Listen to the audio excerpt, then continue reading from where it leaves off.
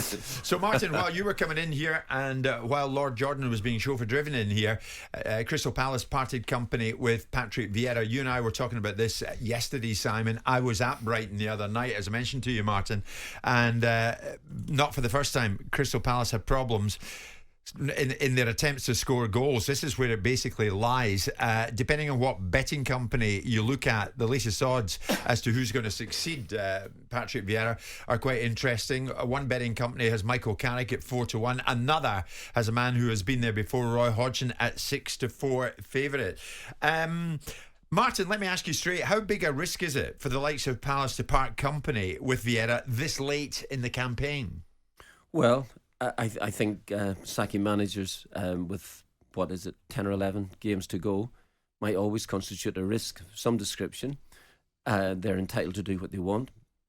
It's been a poor run, I must admit, since Christmas time. I think they haven't scored in the last 4 games as well. All of those things eventually build up, and they've made a decision. From my viewpoint, and I mean, we're talking about a cutthroat business like football management, I thought that he might, and I don't know the background to it at all, but I thought that he might have garnered enough brownie points, maybe to have seen this really rough spell through. But perhaps as the team starts to drop down the league, then people get into a bit of a fret. Yeah. And that's what's happened there, obviously. And I don't know what's happened, other than I'm just basing the thing on pure results. What now, Simon? I mean, that's a big question. What do they do now? Do they go back to tried and tested in Roy? Or do they fish in another pond and go bold and try and get Michael Carrick out of Middlesbrough, where he's been doing brilliantly? Well, I doubt they're going to get Michael Carrick. I mean, Steve Gibson's not going to let Michael Carrick go particularly. And why would you want to leave Middlesbrough at this moment in time when you're in ascendancy? And also, he's doing a really good job at Middlesbrough, but managing Middlesbrough in the Championship is vastly different from managing a team in decline in the Premier League. Where's your head with it this morning? Yesterday you were backing Vieira. Well, I'm not. I was backing the principle of the fact that I felt that he'd done okay. I do think that Palace have been quite passive in their performances recently. And what I actually thought was going to happen when I thought about it a little bit more was I thought they might get stuffed on Sunday against Arsenal, and it might come as an irony that he got done by the team that he formerly led to such glories. Yeah. Parish is in self-preservation mode. He sees the decline. Other sides that are in that bottom 7 that we've spoken about recently, that I've alluded to, which are clubs that have spent more money, that have won Champions Leagues, that have spent £500 million on players like Everton, and are in advanced stages of the European competitions and are former Premier League winners. But some of those clubs have got a little bit of momentum because they're winning games every now and again. Palace have got no momentum. So the direction of travel seems to be that there is a concern that this lack of momentum is a real concern. Now, whether you look at Vieira and say that he is responsible for the passive nature of the players on the pitch, I think you do. Whether you look at the coaching staff that he's got behind the scenes, he's been given enough support because his arguments in that area. But the one thing Parish will do is protect his pitch. He brought him in. He has the right to take him out. If he believes that the best thing for Crystal Palace at this moment in time, and the less of two risks, is which is the bigger risk? Keep him in, watch this continue to decline, or make a change. If he's balanced on the side of I have to make a change because the outcome can only be better, then it becomes about who. Yeah. Who have they got in there? They've got Paddy McCarthy, one of my old players that's probably maybe well taking the side on Sunday. If you start veering into the territory of people like Lampard and Gerrard, well, Lampard was interviewed by Palace a couple of years ago. They didn't want him then. So what's changed? He would have got Everton relegated. He was a disaster at Everton towards the end. Gerrard was a disaster at Aston Villa. Why would either one of those guys be a fix? Martin, it's a good point that Simon makes. I know your voice is under pressure after you speaking in the long room the other night at Lord's, but we'll get there.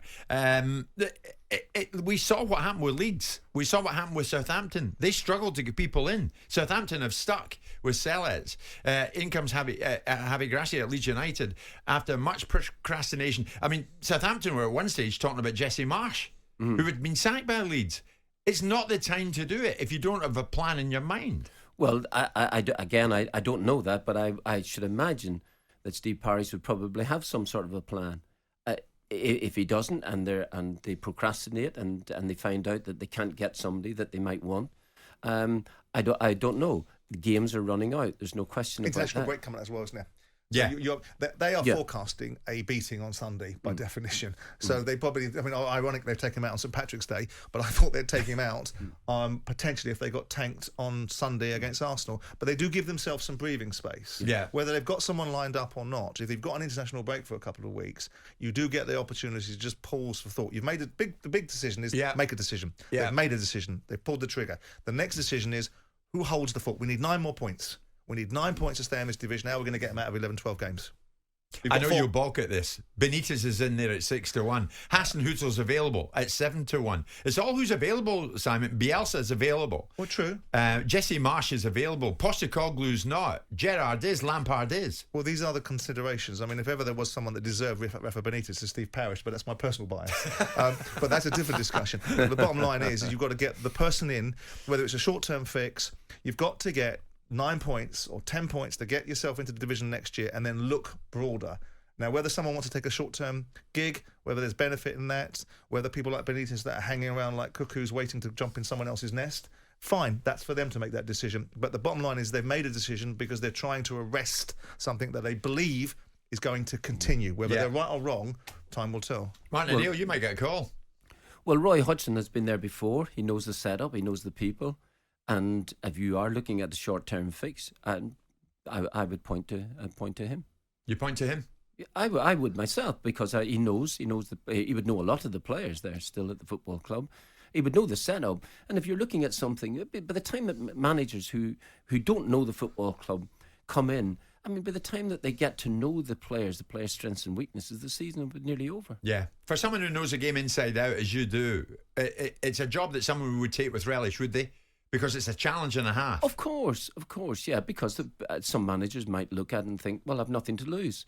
But they have, because Crystal Palace at this moment, although Simon is absolutely correct in saying that they are dropping. They're dropping like a stone at this minute.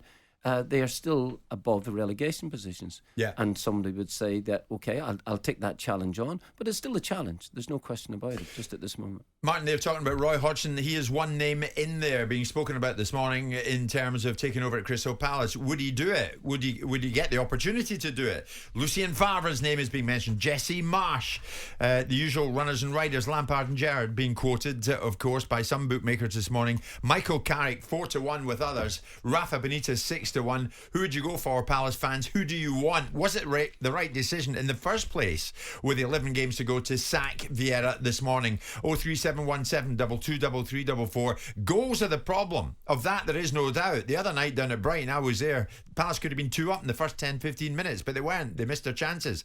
So goals are the problem. Who could go in there and start getting those goals that Palace so badly need?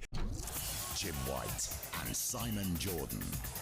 Monday to Friday mornings from 10 on AM, on DAB, via the talkSPORT app and on your smart speaker.